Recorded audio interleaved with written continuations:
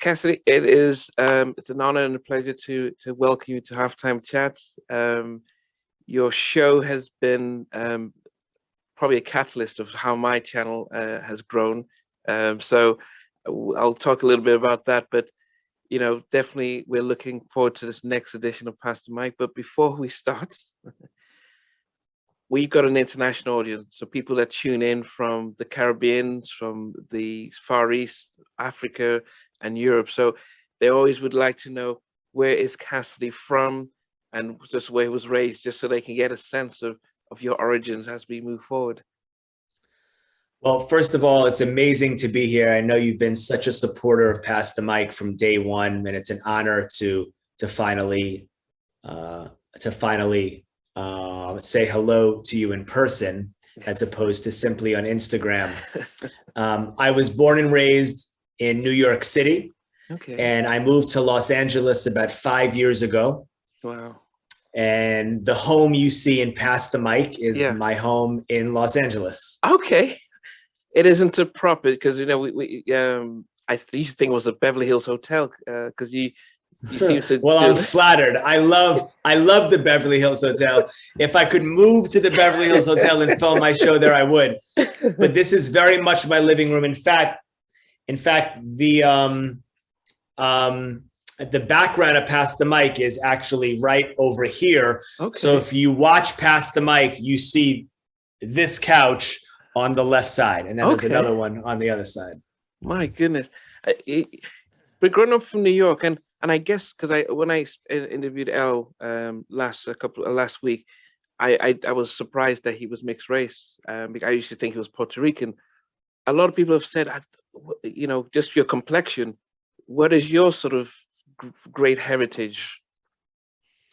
I'm white. I'm Jewish. My grandparents came from various countries in Western Europe. Okay. My grandparents escaped the Holocaust. They came here at the end of World War II, and they found themselves in New York City, where they had my parents, and my parents had me. And I spent the majority of my life in New York City. Never thought I would move.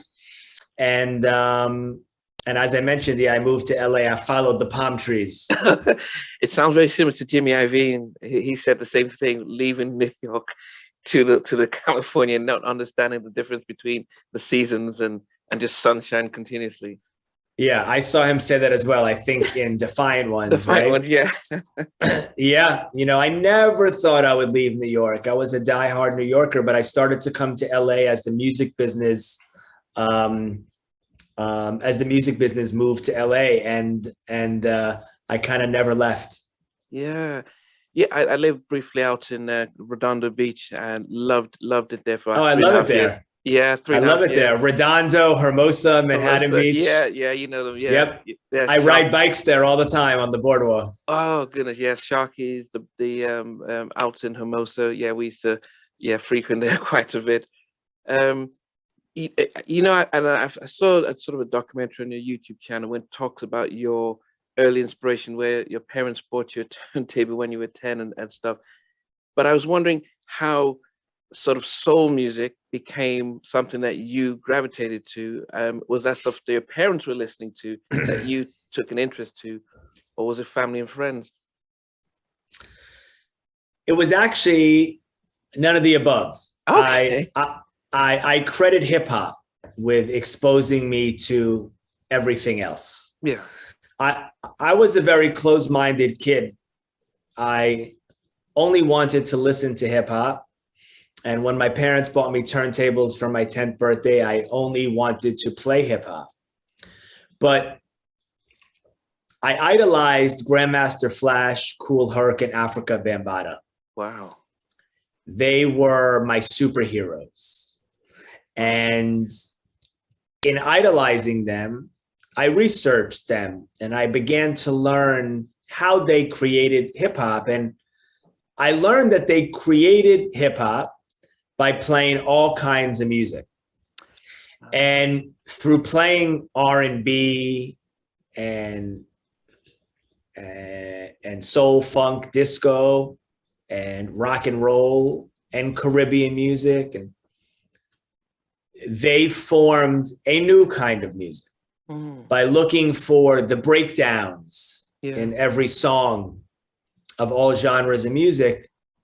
And by giving a microphone to an MC to hype the crowd over these breakdowns, they created hip hop. That was very fascinating to me as a child. It still is extremely fascinating to me as an adult, how that took shape. And that opened up my mind. It expanded who I wanted to be, not only as a music lover, but specifically as a DJ. So I credit hip hop entirely with my love affair of the R&B music of the 70s and 80s. And although that music wasn't the first music I fell in love with, and although it wasn't the first music I played as a DJ, it became, in many senses, what I was known for playing, particularly in the celebrity circles. Yeah, I mean, what made you different? Because I heard when you spoke about how Diddy got your number, put it on a sort of kitchen towel and stuff, and you've DJed for President Obama, Oprah. I mean, it was almost mind-boggling. But I wonder what made you and what you did differently that others recognized and said, "Well, we need to get him on board." Well, it's always been difficult for me to try to articulate exactly why others have been drawn to me. I can only try to guess. Okay. And one story that might pose an answer is the story when I met Puffy.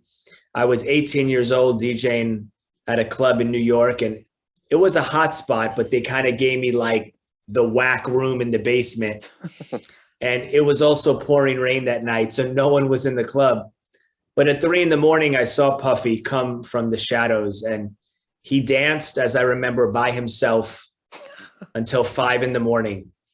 And I was playing R&B classics of the 70s and 80s, funk, soul, disco, so on and so forth. So I was playing Michael and Prince and Stevie and Earth, Wind and Shaka, so on and so forth. And Puffy finally was walking out around 5 a.m. and walked by the DJ booth and said, "Where's the DJ?" Now, remember, when I was 18 years old, I looked like I was 8. And I said, "I'm the DJ." And he said, "Who's been here all night playing all these classic records?" And I said, "Me." And he wrote down his number and said, "Call me tomorrow." And I was a freshman at NYU, New York University, and I was petrified to call him. And I finally had the confidence to call, and it went straight to voicemail. It said, "God is the greatest, beep." And I never left such an inarticulate voicemail in my life. And I was certain he wouldn't call back, but I thought maybe I'd see him again. Anyway, I went to class and he called back. And now he missed me again.